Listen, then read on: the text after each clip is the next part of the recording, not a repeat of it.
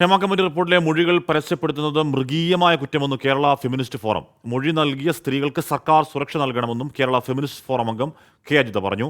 മൊഴി പരസ്യപ്പെടുത്തുന്നത് മാധ്യമരംഗത്തെ ദുഷ്പ്രവണത തിരുത്തിയില്ലെങ്കിൽ അതിനെതിരെ പ്രതിഷേധിക്കുമെന്നും കെ അജിത വ്യക്തമാക്കി. ഈ ഹേമ കമ്മിറ്റി റിപ്പോർട്ടിൻ്റെ അടിത്തറയായിട്ടുള്ള ഈ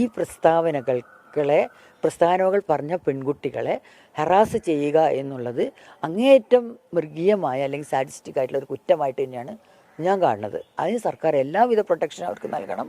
അവർക്ക് അവരുടെ സ്വന്തം അവരിപ്പോഴും ഏതായാലും പലതരത്തിൽ ജീവിച്ചുകൊണ്ടിരിക്കുകയാണ്. ആ ജീവിതം അതേ രീതിയിൽ തന്നെ മുന്നോട്ട് പോകാനുള്ള അവസ്ഥകൾ ഉണ്ടാക്കണം.